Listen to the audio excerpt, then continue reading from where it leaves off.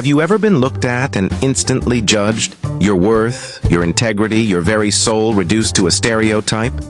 Ava Carter was no stranger to hard work. A 28-year-old marketing professional, Ava had spent years climbing the corporate ladder, putting in long hours and sacrificing her time to earn the lifestyle she desired. She had worked tirelessly for every dollar, but when it came time to treat herself, she had learned to be cautious, careful with her finances. She had saved for months, building up a small fund for one luxurious purchase. This Saturday was her day. A designer handbag. It was all she wanted, a reward for her hard work, a small victory for herself in a world that often seemed indifferent to her achievements. As she walked into Strathmore's department store, a high-end shopping paradise nestled in the heart of downtown, she couldn't help but feel the excitement bubbling inside her. The store was grand.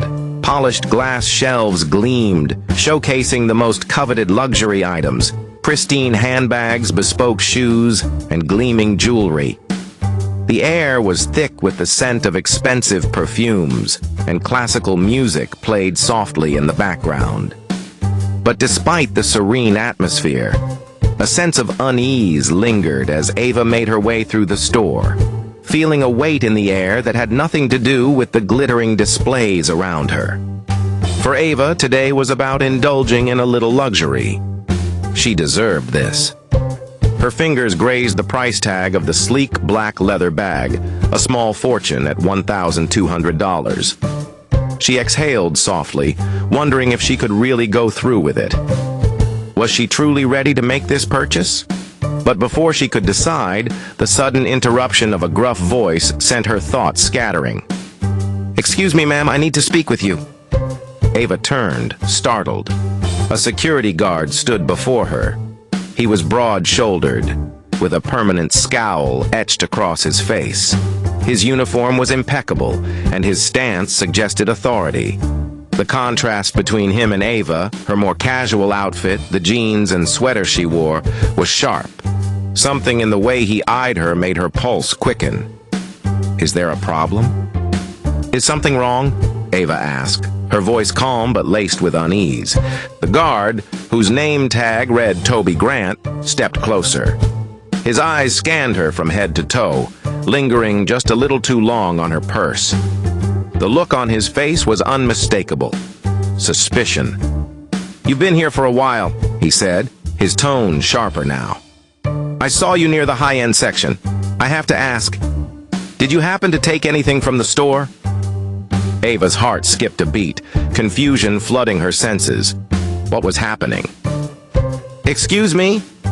She blinked rapidly, trying to make sense of what he was saying. I don't understand. I'm just looking around." Grant's stance became even more aggressive as he crossed his arms and stepped closer, his eyes never leaving her. "I don't believe you, ma'am.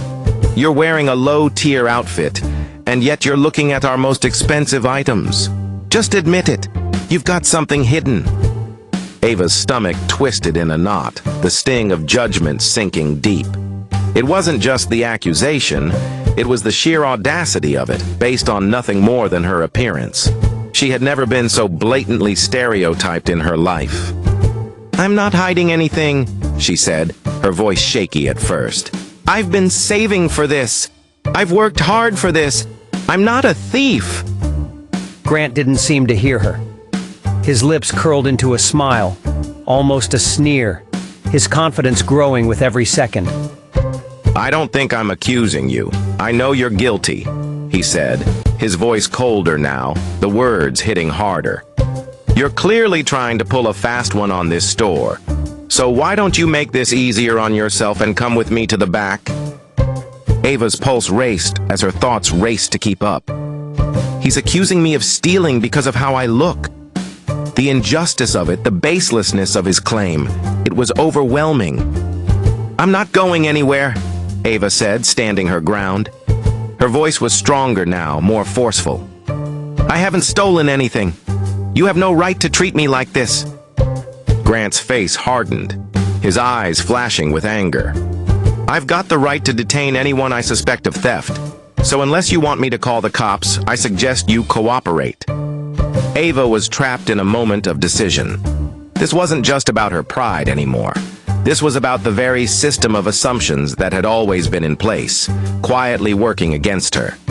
She could feel the oppressive weight of racial profiling. She had felt it before in her life, but never so openly and forcefully. This was a fight she couldn't afford to back down from. Her mind raced, but one thing stood clear. She wasn't going to let him win. She wasn't going to let this stand. "I'm not going anywhere until I see the security footage," Ava said, her voice calm but unwavering. Grant blinked, caught off guard. "What? You think I'm going to let you tamper with evidence?" "I don't think you're tampering with anything," Ava said, her anger gradually turning into cold resolve. "I think you're making an assumption based solely on how I look. But I didn't steal anything. If I'm being detained, I have a right to see the footage that proves I did." Grant hesitated. Ava's demand had thrown him off balance. He glanced nervously at the store manager who had appeared by the door, his face a mask of confusion. After a moment, Grant scoffed. "Fine. If you want to see the footage, you can. But you're still coming with me." They walked down a hallway, passing through the maze of storage rooms and maintenance areas that Ava had never seen. Her heart was still pounding, but she didn't falter. She wasn't just standing up for herself anymore. This wasn't just about clearing her name. This was about the principle of it. No one else should have to go through what she was going through. They reached the small security room, the faint hum of the monitors filling the space. Ava stood by the door as Grant sat down at the desk, his fingers tapping nervously on the keys. Ava could feel his unease. He had been certain he was right, but now, the truth was staring him in the face. "There," Grant muttered, clicking a button. "Here's the footage." Ava watched the screen as the first clip showed her standing near the handbags, examining the one she wanted to buy. There was nothing incriminating. Nothing. But then, she noticed something that made her stomach twist. Grant, clearly watching her from the other side of the store. He'd been following her. The footage didn't show her stealing or concealing anything. It simply showed her admiring the merchandise. There was no theft, no wrongdoing. Ava stepped forward, pointing at the screen. "Look at this, Grant. You've been following me for minutes. You can see clearly that I haven't taken anything." Grant's face flushed. His confident demeanor shattered as the reality of the situation dawned on him. But he didn't back down. He quickly hit the stop button, his fingers trembling slightly. "Where's the rest of the footage?" Ava asked, her voice firm. "The footage from the aisle where you said I took something. I want to see the whole recording." Grant's earlier bravado had begun to fade, replaced with uncertainty. He stammered as he fumbled with the keyboard, but Ava wasn't going to let him off the hook. "You can't be serious," she said.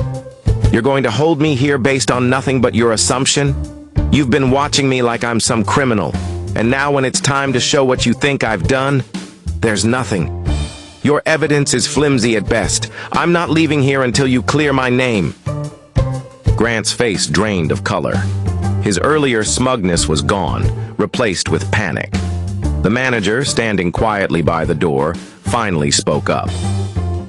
"Miss Carter," he said softly, "we've reviewed everything. You were absolutely right. You're free to go." Ava stood still for a moment, taking in the words. Justice had been served, but Ava's story didn't end there. Later that night, her phone rang. It was Elena Brooks, her attorney. "Ava," Elena said, her voice grave, "I need to speak with you. I've got some information on Grant." Confused, Ava listened as Elena explained that the security guard's actions weren't isolated. "He's done this before, Ava. There are other complaints. He's been targeting women of color, falsely accusing them of theft." The news sent a chill through Ava. This was bigger than she thought. "His actions are part of a pattern," Elena continued. "We need to press this further. The store can't just sweep this under the rug." And so they did. Strathmore's conducted a full internal investigation, and within a week, Grant was dismissed from his position for his misconduct. The store also announced a new initiative to address racial bias, including revising their training for security personnel and implementing more stringent policies to ensure fairness for all customers. Ava knew her battle wasn't over. This wasn't just about her, it was about every person who'd been judged without reason. Tomorrow, she would take her fight beyond the walls of Strathmore's. She wouldn't let people like Grant continue to profit from prejudice. Ava's experience had revealed something much larger than a single case of racial profiling. She had uncovered a system of bias, one that thrived in silence. But Ava wasn't going to be silenced. She was ready to confront the systems of injustice that persisted in plain sight, and she wasn't backing down. Sometimes, standing up for yourself is just the beginning of a much larger fight. Stay tuned.